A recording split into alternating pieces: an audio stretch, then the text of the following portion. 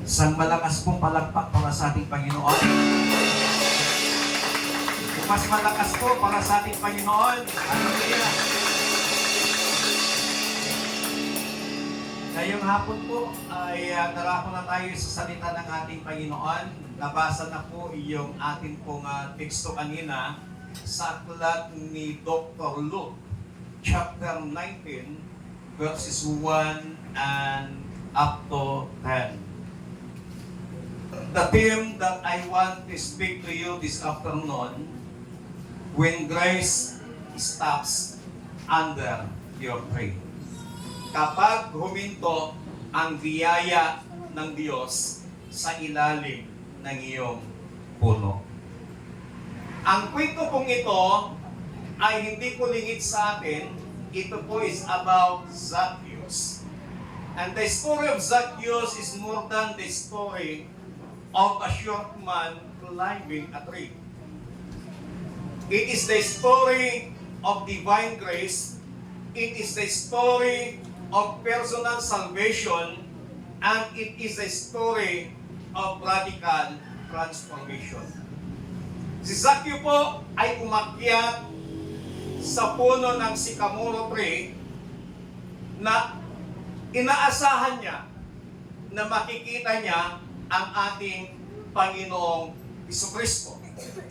But doon sa kanyang pag-akyat sa puno, the grace stopped sa mismong tapat ni Zacchaeus.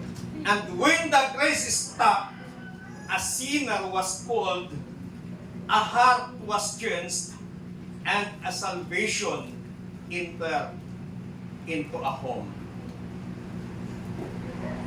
Makikita po natin na kapag ang biyaya ng Panginoon ay titigil sa ilalim ng ating mga puno, ikaw ay personal na tatawagin, ikaw ay personal na babaguhin, at ikaw ay personal na pagpapalain ng ating pong Panginoon.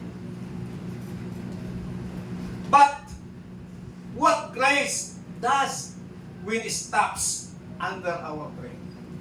Ano bang ginagawa ng biyaya ng Panginoon kapag ito'y tumigil sa ilalim ng ating mga puno?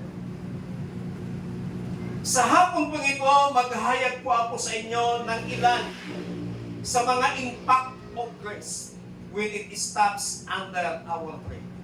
Yung mga nagagawa o binabago ng biyaya ng Diyos sa buhay ng isang tao kapag tumigil ito sa ilalim ng ating mga puno. At kapag pinag-uusapan po ang salitang grace, sometimes ito po ay na-abuse. Ginagamit ng ilan ang grace para ikaw ay patuloy na makagawa o gumawa ng kasalanan sa harapan ng Panginoon. But this afternoon, hindi ko po aabusuhin yung grace ng Panginoon, but gagamitin ko po according sa sinasabi ng Biblia ang maaring gawin ng grace sa buhay ng isang tao kapag ito ay tumigil sa ilalim ng kanyang puno. Sa verse 1 and 4, mababasa po natin dito ang sabi, Jesus entered Jericho and was passing through. A man was there by the name of Zacchaeus. He was a chief tax collector and was wealthy. He wanted to see who Jesus was, but because he was short, he could not see over the crowd. So he ran ahead and climbed a sycamore fig tree to see him, since Jesus was coming that way. Unang ginagawa ng biyaya ng Panginoon. Grace finds people where they are. Ang biyaya ng Panginoon ay hinahanap niya ang tao kung saan siya naroon. Zacchaeus had everything in his life except peace. Meron siyang kayamanan, meron siyang position, meron siyang kapangyarihan, yet he was spiritually empty. Si Zacchaeus po ay kilala sa kanilang lugar. He is a chief tax collector. Naniningil siya ng buwis. Kinikilala siya sa kanilang lipunan, sa kanilang lugar. Nire-respeto si Zacchaeus. But, dumating yung time na kahit nasa kanya ng lahat, pero wala sa kanya ang kapayapaan ng Panginoon. Sapagkat ang kapayapaan ng Panginoon, kapayapaan sa puso, kapayapaan sa isipan, ay hindi kayang bilhin ng kanyang kayamanan, hindi kayang bilhin ng anupaman, at hindi kayang abutin ng anumang natapos ng isang tao. Success without Christ still leaves the soul searching. Kahit gaano ka katagumpay, pag wala ang Panginoong Hesukristo sa iyong puso, sa iyong buhay, still may kulang, still may hinahanap-hanap ang ating kaluluwa. Sa panahon po natin ngayon, many people today have achievements, many people today have positions, have popularity, but still feel lost inside. Naranasan nyo ba na parang may kulang sa puso mo, parang meron kang hinahanap na kahit anong gawin mo, hindi mo mahanap-hanap, na kahit saan ka magpunta, still may bakante sa puso mo? It means that is the peace of God. That is Christ. Naglulungin yung ating kaluluwa, naglulungin yung ating mga puso na kailanman hindi kayang ibigay ng ating mga natapos, hindi kayang ibigay ng ating mga positions, at hindi kayang ibigay ng ating popularidad at ng ating mga kayamanan sa mundong ito. Tanging ang Panginoon ang makapagbibigay. Sinabi ko kanina, grace, when grace stops under your tree. Ano bang ibig sabihin ng under our tree?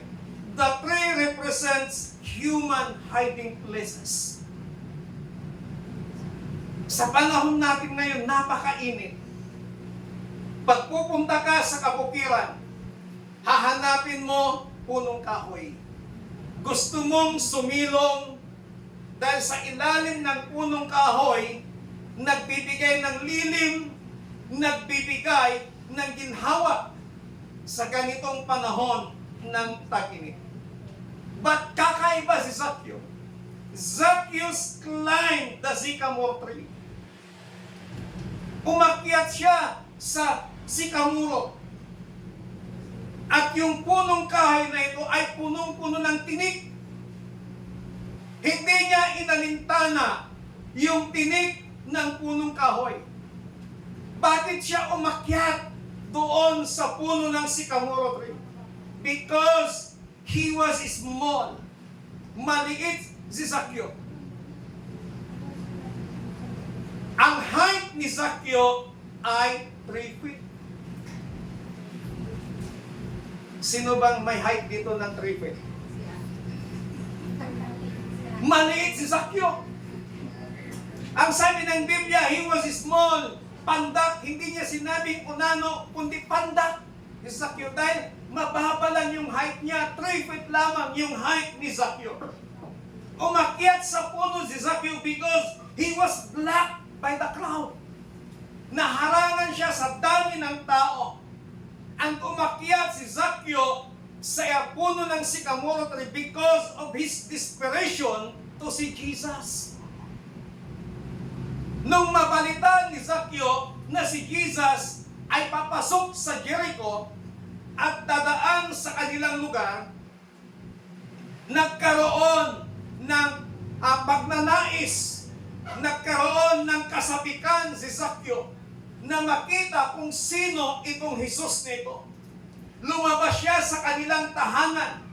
Ba't hindi niya makita si Jesus dahil ang daming mga tao, libo-libong mga tao ang sumusunod kay Jesus. Sa liit pa naman ni Zaccheo, nasa tulo na si Zaccheo, andun na sa unahan si Jesus, hindi niya makita. Pero ang ginawa ni Zaccheo, dahil yung kanyang kasabikan na makita, makilala itong si Jesus, gumawa siya ng paraan.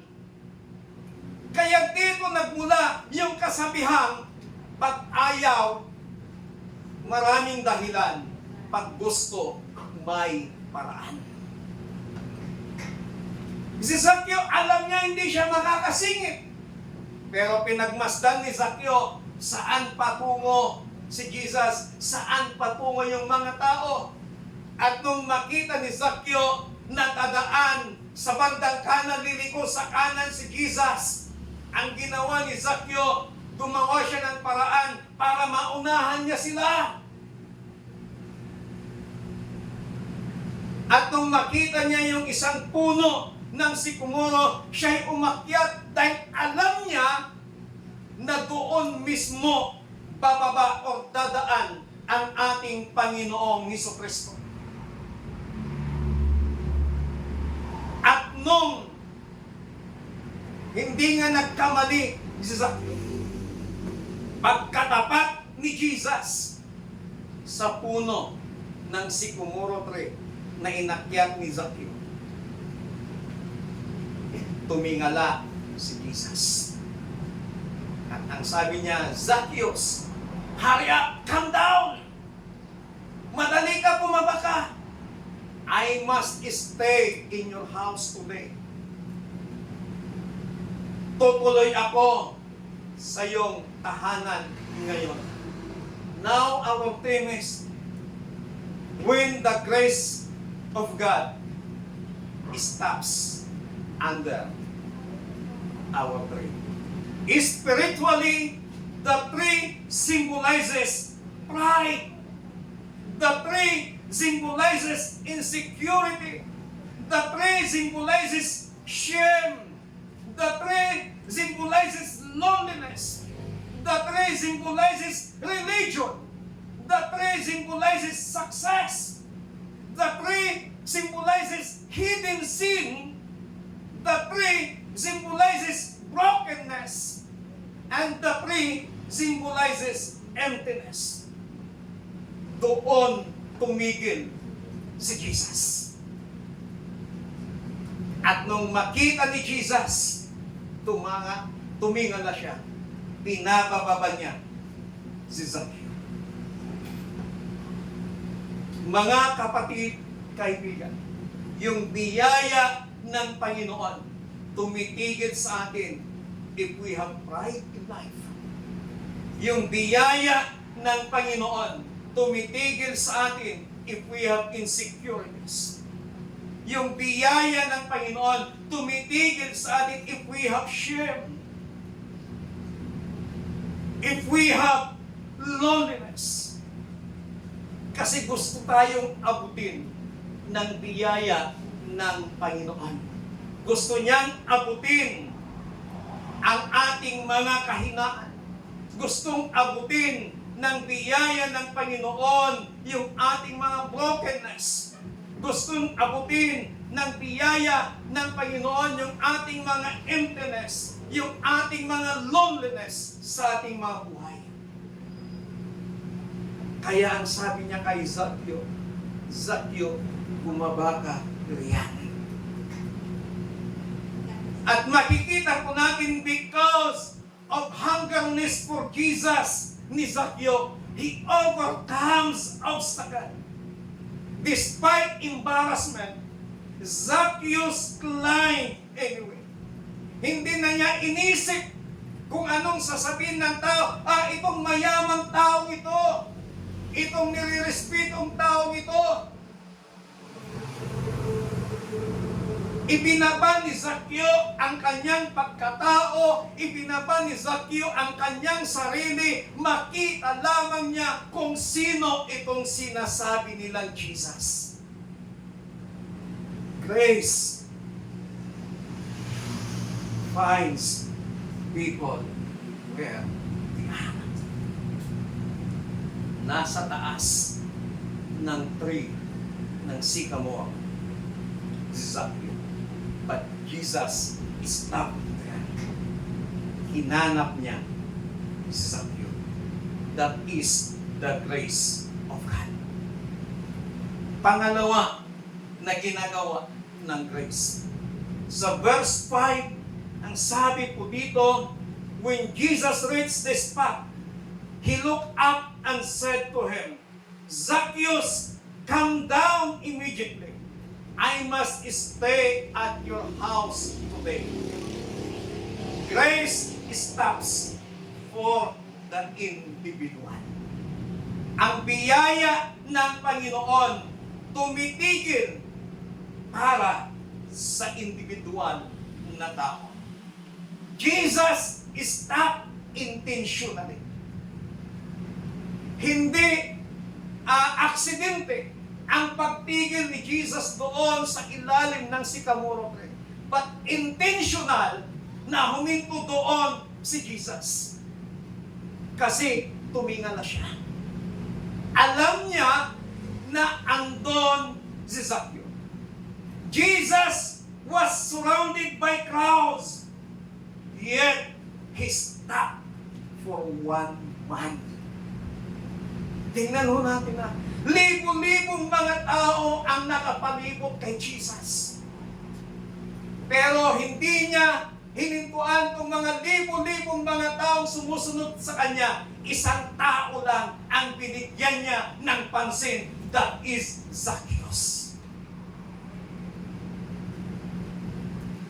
It means grace is personal. Jesus sees individuals, not just crowds. Ang tinitingnan ng Panginoon ay individual, hindi yung crowd ng tao. Kahit palipo-lipo yan, hindi mahalaga yan sa Panginoon. Ang tinitingnan niya individually. Individual. Jesus stopped intentionally. Kapatid, baka isa ka ngayon sa individual na tinitingnan ng Panginoon. Jesus, look up. Hindi lamang tumigil, but tumingala si Jesus. Why society looked down on Zacchaeus, but Jesus looked at him. Ang komunidad, ininadown nila si Zacchaeus. But ang ginawa ni Jesus, tiningala niya si Zacchaeus. Grace sees where others see failure. Ang nakita ng biyaya, yung halaga ni Zacchaeus, hindi yung failure sa kanyang buhay. Bakit sinabing may failure sa buhay ni Zacchaeus? Nasa kanya na nga lahat. Napakayaman, nire-respeto, mataas ang pinag-aralan. Pero bakit may failure sa kanyang buhay? May failure sa buhay ni Zacchaeus because there is no peace in his mind, there is no peace in his heart, and there is no peace in his life. Walang kapayapaan. Sometimes tayo po, ilulok-down tayo ng community. Ang taong yan, akala mo kung sinong makahaleluya, ang lakas-lakas. Pero tingnan mo naman yung buhay niya. Doon tayo tinitimbang, doon tayo tinitingnan ng komunidad. Pero si Jesus, yung grace ni God, hindi ka doon tinitingnan niya yung halaga mo. Sabihin mo nga sa katabi mo, napakahalaga mo kay Jesus. Yun ang tinitingnan ng grace. Hindi yung failure natin. As a human, ang dami nating failure, ang dami nating kapalpakan sa buhay. I myself, nakakagawa ng mga failure decisions. Failure sa buhay, kapalpakan. But hindi ka tinitingnan doon ng Diyos. Ang tinitingnan ng Panginoon, yung halaga mo na binili niya, yung halaga mo na binayaran niya ng kanyang banal na dugo doon sa cross ng Kalbaryo. Palakpakan po natin. Religion sees labels. Religion sees reputations. Religion sees mistakes. Religion sees failures. Religion sees achievements. But grace sees redemption. Grace sees possibility. And grace sees transformation. Yun yung tinakikita ng biyaya ng ating Panginoon.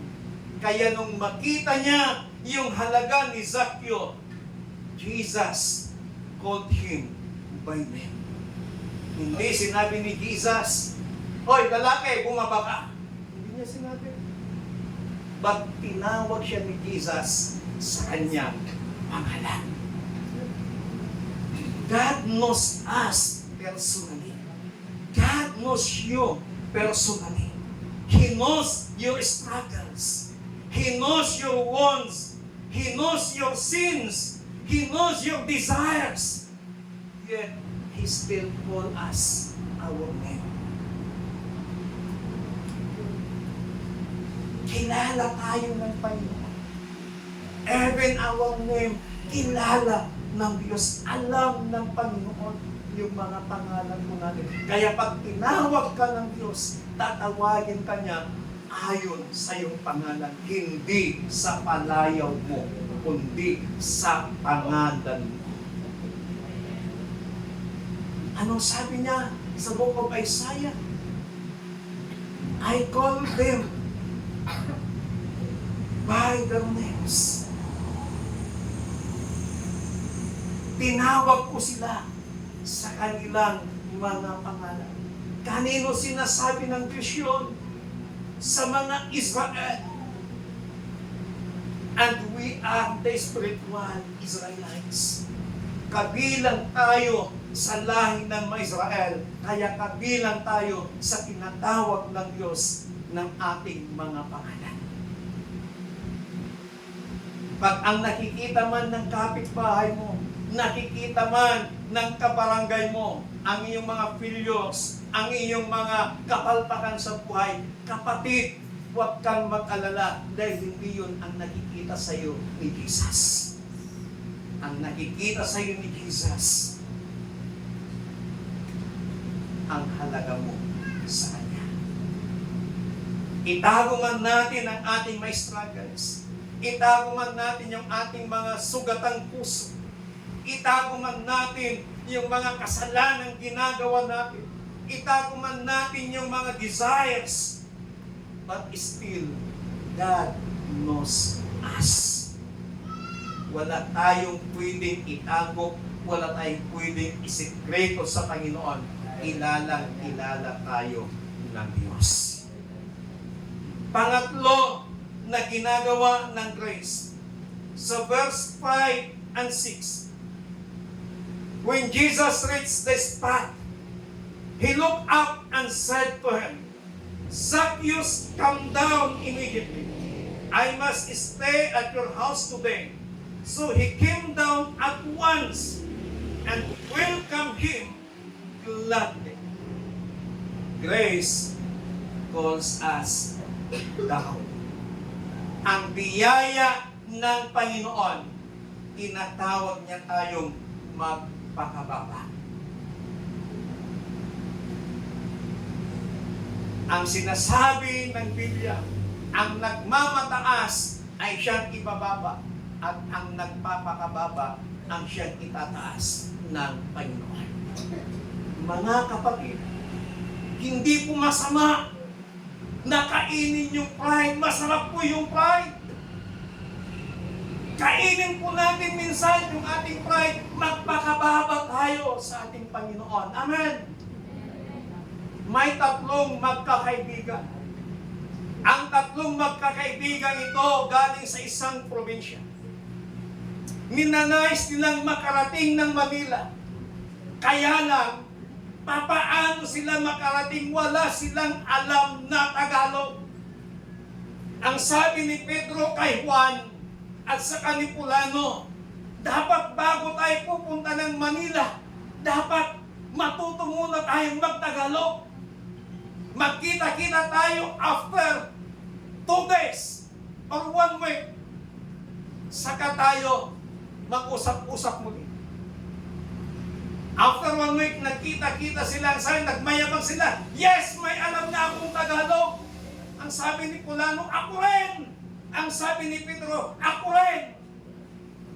Dahil may alam na tayong Tagalog, tara! Punta na kayo sa Manila.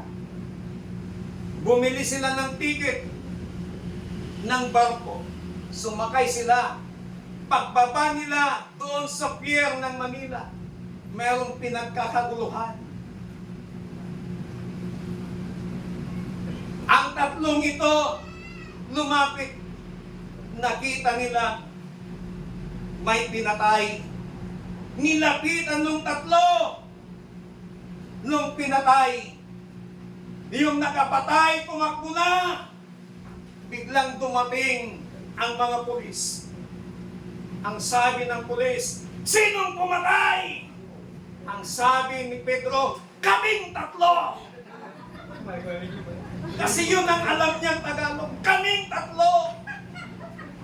Ang sabi ng pulis, bakit niyo pinatay? Sabi ni Pulano, walang pera.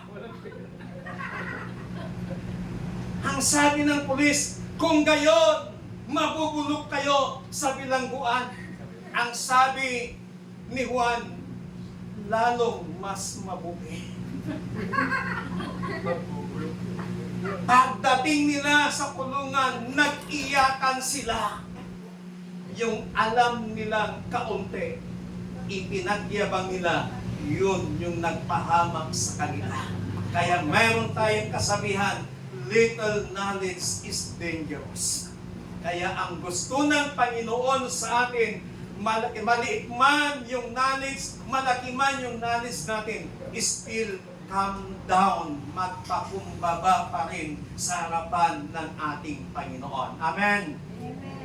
Wala tayong pwedeng ipagmalaki sa Diyos. Yung tinatamasa mo ngayon, hindi mo pwedeng ipagmalaki sa Panginoon.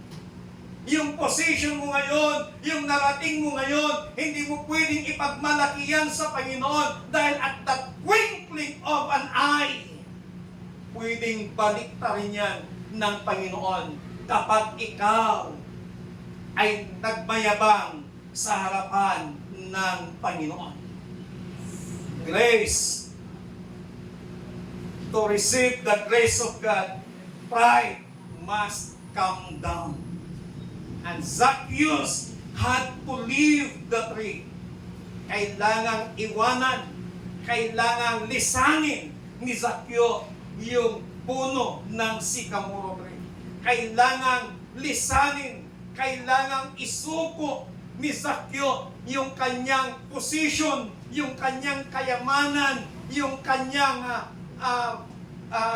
sitwasyon sa harapan ng ating Panginoon.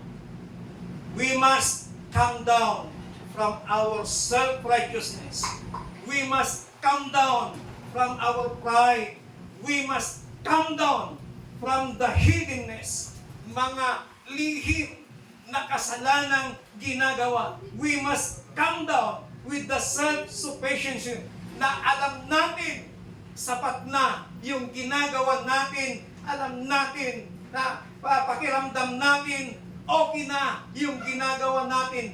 But gusto ng Panginoon na ikaw at ako ay magpakababa sa harapan ng Panginoon. And Zacchaeus responded joyfully. Tinanggap ni Zacchaeus si Jesus. Masayang tinanggap ni Zacchaeus. Ang sabi ng Biblia, so he came down at once and welcomed him gladly. May napansin ako dito, ang sabi niya, so he came down at once. Minsan lamang nagpakababa. Minsan lamang nagpakumbaba si Zacchaeus sa ating Panginoon. Nung sinabi ni Jesus, Zacchaeus, bumaba ka. Kapatid, tinatawag ka ng Diyos. And bumaba ka sa iyong puno ng sikamoro. Ano yun? Pinabababa tayo ng Panginoon sa ating mga pride. Pinabababa tayo ng Panginoon sa mga bagay na hinahawakan natin, na alam natin dito tayo secure. Pinabababa tayo doon ng Panginoon na magpakumbaba tayo sa Kanya at magtiwala sa ating Diyos na makapangyarihan. Ang apat na nagawa o ginagawa ng grace. Sa verse 7, all the people saw this and began to mutter, he has gone to be the guest of a sinner. Noon pa lamang pala, panahon ni Jesus, may mga marites na. May mga pakialamero na. Sabi ng mga tao, nakikituloy siya sa bahay ng makasalanan. Grace offends religious people. The crowd focused on the past of Zacchaeus. They saw his corruption, they saw failure, they saw sin. But Jesus saw a soul worth saving. Yung halaga mo, ang nakita ni Jesus, yung halaga ni Zacchaeus, ang nakita ni Jesus. Although na yung mga tao, ang nakita nila, nakafocus sila sa buhay, sa past, sa pagiging kurap ni Zacchaeus. Nakikisama siya dyan, tumanggap ng isang manita yan. Nakikisama siya doon. Kurap yung taong yun. But andun siya. Doon tayo tinitingnan ng tao. Doon tayo tinitingnan ng religion. Pero ang tinitingnan ng Panginoon, yung halaga mo. Hindi niya tinitingnan yung pagiging corrupted mo. Hindi niya tinitingnan yung mga failures natin.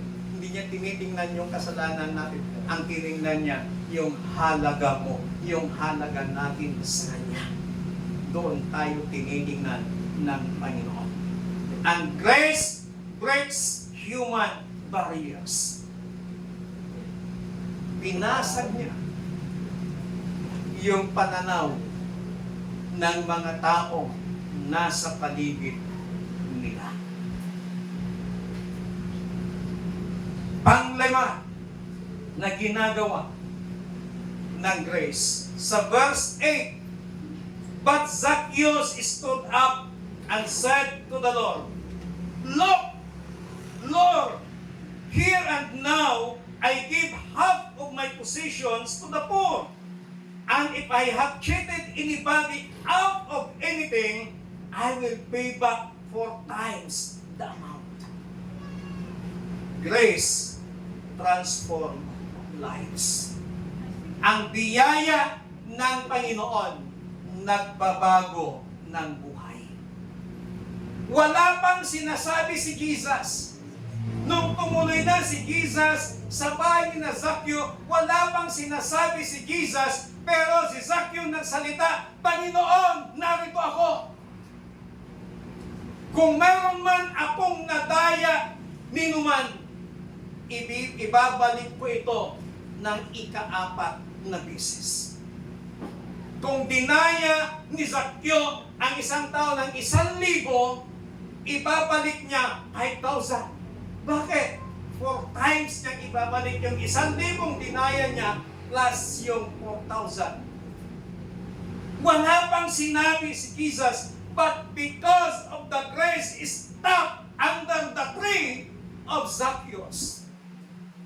Nabago, nagkaroon ng transformation. At ang sabi ni Zacchaeus, Panginoon, kung meron man akong nadaya dito man, ibabalik ko ito ng ika-4 na beses. Yun po yung ginagawa ng grace. Hindi tayo, hindi ikaw ang magbabago sa buhay ng tao dahil lagi kong inuulit at lagi kong sinasabi, kapag tao ang magbabago sa kapwa niya tao, mag-aaway lang sila. Pag sinabi mo doon sa tao, mas maganda siguro, huwag mong gawin ito. Sasabihin ng tao, ano? Hinahawakan mo yung buhay ko? Dati ko nang ginagawa ito? Mag-aaway lang kayo. Walang patutunguhan kung ikaw ang magbabago sa tao. But when grace is stopped at that person, makikita mo yung pagbabago mangyayari sa kanya. Katulad ng nangyari kay Zacchaeus. Nagkaroon ng kaligtasan kay Zacchaeus. Nagkaroon ng repentance sa buhay ni Zacchaeus. And grace changes behavior. Grace changes priorities. Grace changes lifestyle. Kung dati, hindi mo alam yung prioridad mo sa buhay. Pero nung tinanggap mo yung grace ni God, babaguhin niya ngayon yung prioridad mo sa buhay. At doon niya ipapakita, dapat ito yung priority mo, hindi yung dati mong ginagawa. Yun yung nangyari sa buhay ni Zacchaeus. And lastly, na ginagawa ng grace. Sa verse 9 and 10, Jesus said to him, "Today salvation has come to this house, because this man too is a son of Abraham, for the Son of Man came to seek and save the lost." Grace brings salvation. Sabi ni Jesus, today salvation has come to this house. Salvation entered his home. And grace affected his family. Grace affected his house. And grace affected his future. It means grace transformed the entire lives of Zacchaeus. At dito ipinapakita ng ating Panginoon, when grace is stopped sa ating sycamore tree at pinabababa tayo ng Panginoon, if you accept gladly, if you accept it joyfully, mararanasan mo yung mga bagay na ginagawa ng grace sa buhay. But when the grace of God is stopped in your sycamore tree, but you ignore it, hindi mo itinanggap, hindi mo mararanasan yung grace ng Panginoon. Lagi kong sinasabi ito sa mga kapatiran natin sa Santa Ignacio. Hayaan nyo lang kapag minamaliit nila ang buhay ninyo. Hayaan nyo na lang pag may sinasabi sila against sa buhay ninyo. Magpakumbaba lang kayo sa Panginoon. Huwag ninyo silang lalabanan. Huwag nyo silang papakulan. Still, magpakumbaba kayo sa Panginoon. Kasi, kapag lagi kayong nagpapakumbaba sa Panginoon, yung sitwasyon, yung kalagayan ng buhay at pamumuhay nyo ngayon, hindi mananatili, ganyan lamang kayo. Babaguhin ng Diyos ang buhay ninyo. Babaguhin ng Panginoon ang buong pamilya nyo. Babaguhin ng Diyos even your future. Babaguhin ng Panginoon at magugulat lamang sila yung mga taong ibinababa nila, yung mga taong inaalis pusta nila, nagtatamasa ng biyaya ng Panginoon. Amen. Kaya kapatid, kaibigan, sa hapon po ito, grace finds people where they are. Grace is personal. Jesus calls us by our name. And grace produces transformation. What tree are you hiding? Anong klaseng kahoy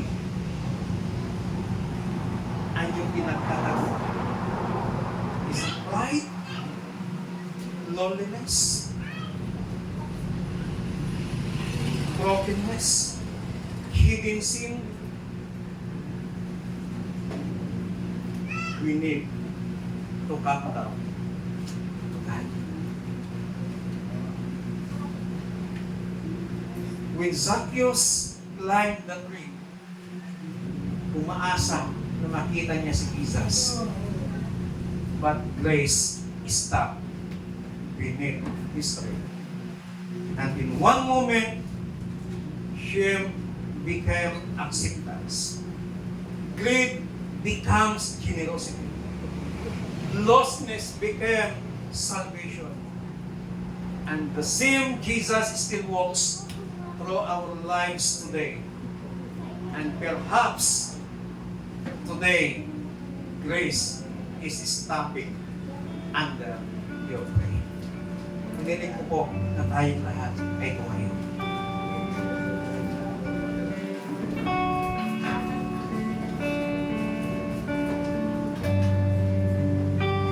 Anong klaseng tree yung hinahawakan po natin? Anong klaseng tree yung nasa atin? We must become down. Sabi ni Jesus kay Zacchaeus, Zacchaeus, come down immediately. Mga kapatid, God wants us to come down from the pride of life, from our success. We must come down sa ating kayamanan, sa kalagayan natin sa buhay. Magpakumbaba tayo sa harapan ng Panginoon. Hallelujah. Oh, we praise you, Jesus. Siya sa akin mo, Jesus, ang puso ko sa kasalanan nagawa laban sa'yo. hallelujah. Nagtataka, sumasabog, tumutulog sa harap ng banal mong trono. Siya sa akin mo, Jesus. Siya sa akin mo, Jesus, ang puso ko sa kasalanan nagawa laban sa'yo. Nagtataka, Hallelujah. sumasabog, tumutulog sa harap ng banal mong trono.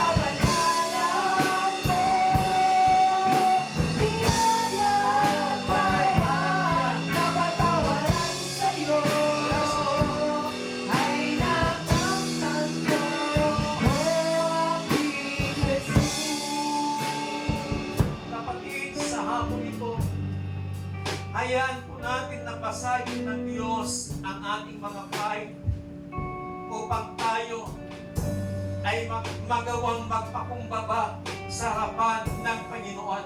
Hayaan natin na putulin ng Diyos yung punong kahoy na pinanghahawakan natin, yung punong kahoy na pinagtataguan natin upang ilantad natin ang ating sarili sa harapan ng Panginoon dahil wala tayong may tatago sa Diyos. Alam ng Diyos ang lahat sa atin. Alam ng Diyos ang pinagdadaanan mo. Alam ng Diyos ang sitwasyon mo sa iyong buhay. Kapatid, ang gusto lamang ng Diyos sa hapong ito, magpakumbaba tayo sa Kanya at lumapit sa Kanya.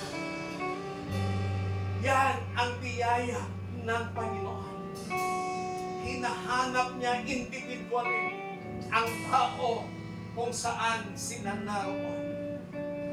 Hallelujah. Hallelujah. Oh, we glorify your name. We exalt your mighty name, O God. Sa iyong kinatatayuan, kapatid, sa hapong ito, hayaan mo na maranasan mo ang yakap ng Panginoon. Hayaan mo na maranasan mo ang pagmamahal ng pag-ibig ng ating Panginoong Diyos. Hayaan mo na matagpuan ka ng grace ni God mula sa hapong ito. Hallelujah.